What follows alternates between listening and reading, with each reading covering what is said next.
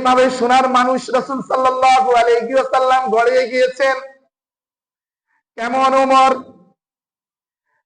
যখন তিনি আমিরুল মুমিনিন হয়েছেন, আল্লাহর রাসূলের এই সেকেন্ড সাহাবী হযরত ওমর রাদিয়াল্লাহু তাআলা আনহু রাতের বেলা বের হয়েছে মানুষের দুর্দশা দেখার জন্য, মানুষের নিরাপত্তা দেওয়ার জন্য। একজন প্রেসিডেন্ট, তিনি হেঁটে হেঁটে দারোয়ানের মতো, সিকিউরিটি গার্ডের মতো, পুলিশের মতো, চৌকিদারের মতো তিনি হেঁটে হেঁটে মানুষকে পাহারা দিচ্ছে।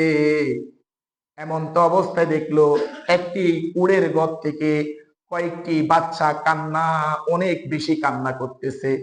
হযরত ওমর রাদিয়াল্লাহু তাআলা আনহু সামনের দিকে হেঁটে যেতে পারছে না। বাচ্চাদের যখন কান্নার আওয়াজ এত বেশি পেয়েছেন, হযরত ওমর রাদিয়াল্লাহু তাআলা আনহু থমকে গেলেন, সেখানে দাঁড়িয়ে রয়েছেন। দেখলো চুলার মধ্যে আগুন জ্বলে, আবার পানি টপ টপ করে উতরাচ্ছে, কিন্তু বাচ্চারা কান্না করতেছে। হযরত ওমর রাদিয়াল্লাহু তাআলা আনহু এক পর্যায়ে সহ্য না করতে পেরে এই ঘরের ভিতরে প্রবেশ করেছে। বলতেছে, ও নারী, তোমার কি মনের মধ্যে দয়া মায়া নাই? তোমার কি মনের মধ্যে দয়া মায়া নাই? তোমার সন্তানরা কাঁদতে কাঁদতে অস্থির হয়ে যাচ্ছে, ক্লান্ত হয়ে যাচ্ছে, কিন্তু তুমি কি রান্না করতেছ? ওই রান্নাটা তোমার বাচ্চাদেরকে এখনো খাওয়াচ্ছ না কেন? সাথে সাথে ওই নারী বলতেছে, আপনি কে আমি জানি না, আমি ওমরকে বদদুয়া দিচ্ছি। ওমর হচ্ছে আমাদের প্রেসিডেন্ট। এই ওমর আমাদের খোঁজ খবর নিচ্ছে না, অথচ আমরা ক্ষুধার জ্বালা কত কষ্ট করতেছি। দেখেন, আমি তো আমার বাচ্চাদেরকে বুঝাবার জন্য পাথর গরম করতেছি আর বলতেছি খাবার হলে তোমাদেরকে খাওয়াবো, কিন্তু বাচ্চাদের এতই ক্ষুধা যে বাচ্চারা কোনো প্রকারে কিছুই মানতেছে না। দেখেন ও ফতিক, আমি পাথর গরম করতেছি। আমি কাল কিয়ামতের দিন কঠিন মুসিবতের সময় ওমরকে আল্লাহ তাআলার কাঠগড়ার মধ্যে দাঁড় করাবো, কেননা ওমর আমাদের দুর্দশার খোঁজ খবর নিচ্ছে না। আল্লাহু আকবার বলে।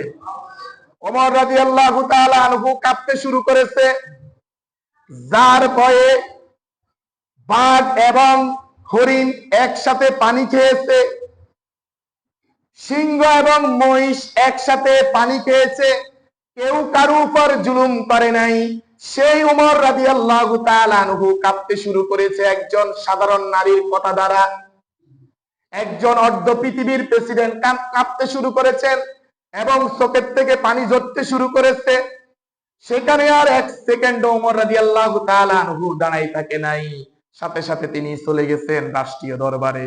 যাই বলতেছে, অর্থমন্ত্রীকে ডাক দিলেন, ও আমার অর্থমন্ত্রী, তাড়াতাড়ি আসো, তাড়াতাড়ি তুমি বাইতুল মালের দরজা খুলে দাও এবং বাইতুল মাল থেকে এক বস্তা খাদ্য সামগ্রী তাড়াতাড়ি মিলাই আমাকে একটা বস্তাতে ভরে দাও।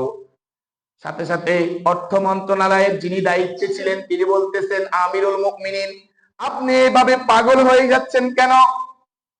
কেন আপনি এত অস্থির হয়ে যাচ্ছেন? এত ঘামাচ্ছেন কেন? এত কান্না করছেন কেন?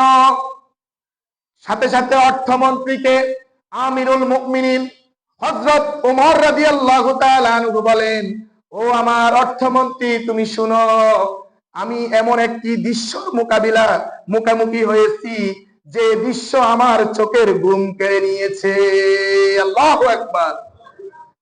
আমার চোখের পানি ঝরতে শুরু করেছে, আমার গায়ের মধ্যে কাঁপন সৃষ্টি করে দিয়েছে। তুমি তাড়াতাড়ি আমাকে, যদি বাঁচাতে চাও, আমাকে তাড়াতাড়ি বস্তাটা রেডি করে দাও।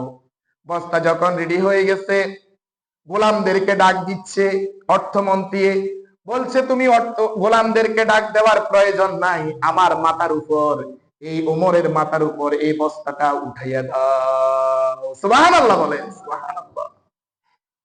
সম্মানিত মুসল্লিয়ান ইকরাম, ওমর রাদিয়াল্লাহু তাআলা আনহু বস্তা মাথা নিয়ে দৌড়তে শুরু করেছে। এই রাত্রের বেলা দৌড়ে ওই মহিলার কুড়ের ঘরে যে ওই বস্তাটা নেমে আটা দিয়ে রুটি বানিয়ে বাচ্চাদেরকে সকাল খাওয়াইছে। খাওয়াবার পরে ওই নারী বলতেছে, আল্লাহ যদি ওমরকে আমাদের প্রেসিডেন্ট না করে আপনাকে যদি প্রেসিডেন্ট করত, কত না ভালো হতো। আল্লাহু আকবার বলেন। কাকে বলতেছে? ওমরকে বলতেছে। কিন্তু ওমরকে তিনি চিনতে পারলো না। আপনি রাজ দরবারে যাবেন, আমিও সেখানে থাকবো, আপনি আসিয়েন, কালকে সেখানে কথাবার্তা হবে। যখন মহিলাকে এ কথা বলে হযরত ওমর রাদিয়াল্লাহু তাআলা আনহু চলে গেলেন রাত্রের বেলা।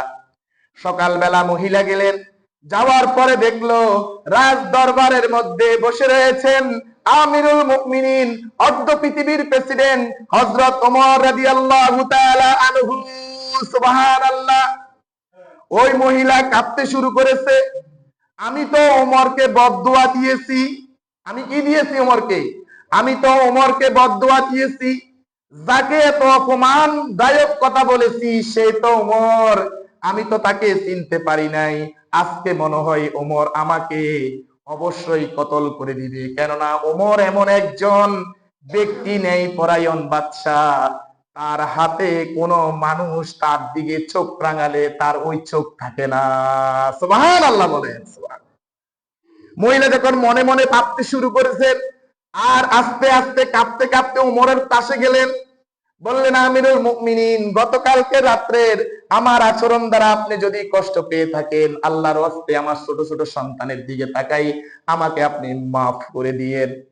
হযরত ওমর রাদিয়াল্লাহু তাআলা আনহু সাথে সাথে তার সিংহাসন থেকে নেমে নারীর কাছে বলতেছে, ও আমার মা, আপনি আমাকে মাফ করে দিয়েন। আপনি আমার কাছে মাফ চাওয়ার কোনো বিষয় নয়, কোনো কারণে নাই, কিন্তু আমি আপনার কাছে মাফ চাচ্ছি। আমি অর্ধ পৃথিবীর প্রেসিডেন্ট হয়ে, আপনার শাসক হয়ে আপনার কাছে সমমত আমি খাদ্য সামগ্রী পৌঁছে দিতে পারি নাই, এই জন্য আপনি আমাকে ক্ষমা করে দিয়েন। সুবহানাল্লাহ বলেন। সুবহানাল্লাহ।